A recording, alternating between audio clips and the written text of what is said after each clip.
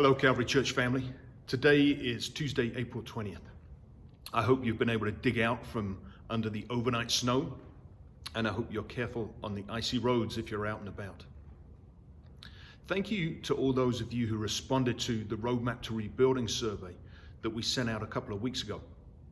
The responses, the questions and the comments have been so helpful as we continue to try to navigate this ever-evolving and changing situation of COVID that we're still all dealing with.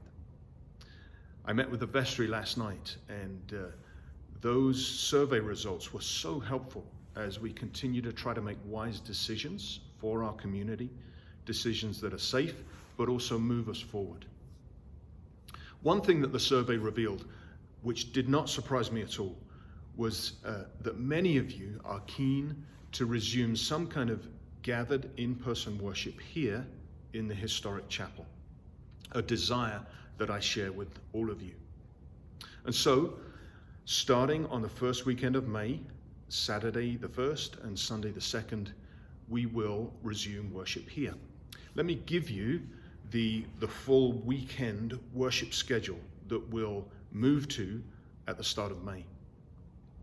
Saturday night, the 5 p.m. service will resume.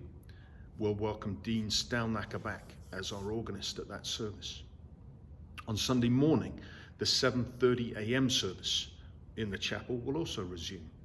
That is a said service. There's no music at that service. Then at 9 o'clock, we'll have a service in the Great Hall. And then 10:30 here in the chapel, again, a worship service, and Dennis Van Patter will be our organist for that service. The chapel services will be limited right now to a maximum of 25 people. And so there will be a pre-registration process, just as there has been for services in the Great Hall. And so please be watching carefully.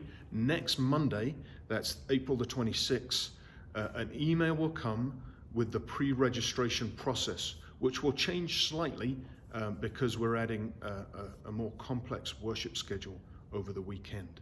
So follow the instructions there, and please be aware that with limited numbers of all of our services, both here in the chapel and in the Great Hall, we need to just be generous with making sure that others within the community get a chance to worship.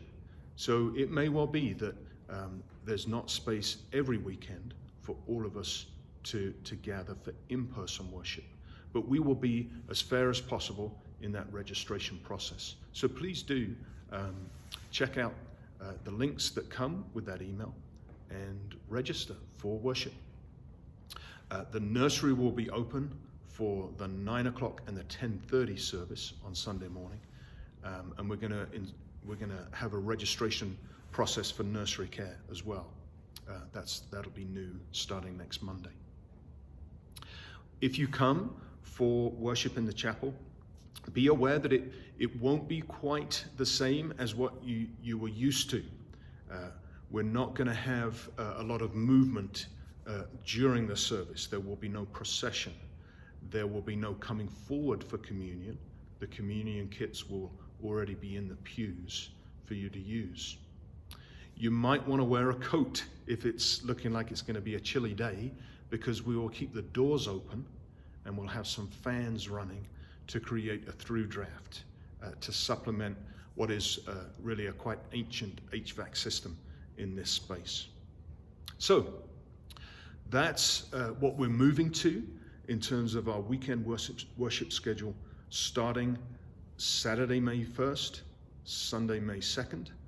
We'll run that schedule for the full month of May. That's 5 Sundays.